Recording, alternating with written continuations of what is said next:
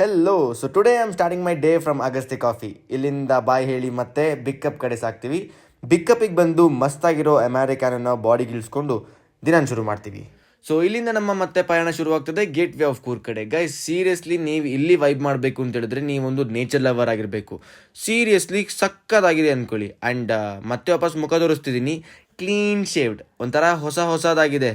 ಏನು ಮಾಡೋದು, ರೆಸಾರ್ಟ್ಲೆಲ್ಲ ಹೀಗೆ ಅಲ್ವಾ, ಕ್ಲೀನ್ ಶೇವ್ ಆಗಿರ್ಬೇಕಂತ ಸೈಕ್ ಅಂದ್ಕೊಳ್ಳಿ. This is a cold brew tower where it will take 24 hours to brew the cold brew.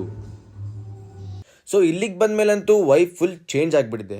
ಬೆಳಕಿದ್ರೂ ಕತ್ತುತ್ತಿರೋ ಲೈಟ್ಗಳು, ಕಾಫಿ ಮಾಡಪ್ಪ ಅಂತ ವೆಯ್ಟ್ ಮಾಡ್ತಿರೋ ಮಷಿನ್ಗಳು, ಬಿಲ್ಲಿಂಗ್ ಆಗಬೇಕು ಅನ್ನೋದ್ಕಿಟ್ಟಿರೋ ಬಿಲ್ಲಿಂಗ್ ಮಷಿನ್ಗಳು, ಗೆಸ್ಟ್ ಬರಲಿ ಅಂತ ವೆಯ್ಟ್ ಮಾಡ್ತಿರೋ ಚೇರ್ಗಳು. ಹೇಗಿದೆ ಅಲ್ಲ ಲೈಫ್ ಮಾತ್ರ. ಹಾಯ್ ಕರೋ ಮೇ ತೋ ಬ್ಲಾಗ್ ಬುರಾ ಕರ್ತಾ ಹೂಂ. ಹಾಯ್ ಕರೋ ಅಭಿ. ಆಂಬಿಯನ್ಸ್ ಬಗ್ಗೆ ಹೇಳಬೇಕಂದ್ರೆ ಏಕ್ದೋ ಮಾತೇ ಇಲ್ಲ, ಎಲ್ಲ ಟಾಪ್ ನಾಚ್ ಅಂದ್ಕೊಳ್ಳಿ.